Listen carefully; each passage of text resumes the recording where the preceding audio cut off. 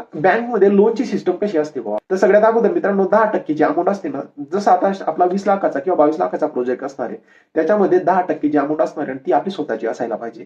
आता ती स्वतःची जर असेल आणि ती समोरच्याला दाखवायची असेल, तर त्याच्यासाठी काय लागणार तुम्हाला, तुमच्या बँकचं स्टेटमेंट लागणार. ओके. नंतर 40% जी रक्कम असेल ती आपल्याला लोन स्वरूपात काढायची आणि उर्वरित जी 50% रक्कम असेल ती आपल्याला सबसिडी स्वरूपात ती भेटणार आहे मित्रांनो केंद्राकडनं. आता सगळ्यात अगोदर बँकेमध्ये ज्यावेळेस आपण लोन घ्यायला जाऊ, तर त्यावेळेस म्हणजे लोनसाठी ज्यावेळेस आपण जाऊ बँकेमध्ये, तर त्यावेळेस आपल्याला जे लोन ते देणार आहे त्याच्यासाठी लोनचं मंजुरी पत्र असणं हे आपल्याकडे खूप गरजेचं आहे.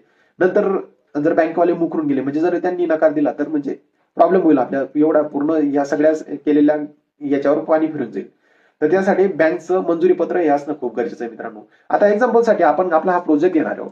जसं 22 लाखाचा माझा प्रोजेक्ट आहे, त्याच्यामध्ये 10% म्हणजे माझ्याकडे 2,20,000 रुपये हे माझे स्वतः